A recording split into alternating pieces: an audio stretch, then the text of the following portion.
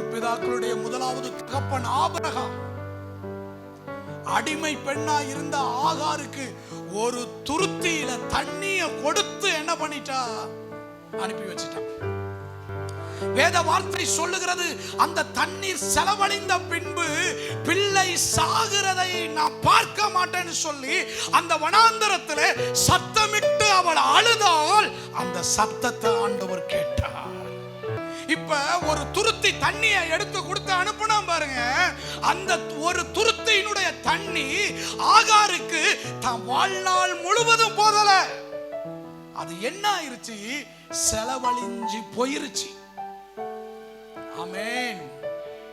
ஆண்டவர் சொல்றாரு சமாரிய ஸ்திரியை பார்த்து, இந்த தண்ணீரை குடிக்கிறவனுக்கு மறுபடியும் தாகம் உண்டாகும், நான் கொடுக்கும் தண்ணீரை குடிக்கிறவனுக்கோ ஒரு காலமும் தாகம் உண்டாகாது, அவனுக்குள் அது ஊறுகிற ஊற்றா இருக்கும்.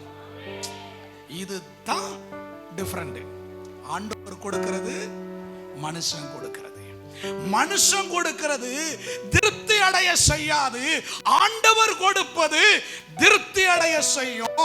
இந்த 2026 கர்த்தரை தன் தெய்வமாய் கொண்டு இருக்கிற ஜனத்துக்கு கர்த்தர் செய்ய போறது எதுனா, ஒரு திருப்தி அடைந்த வாழ்க்கையை கர்த்தர் கொடுக்க போறார்.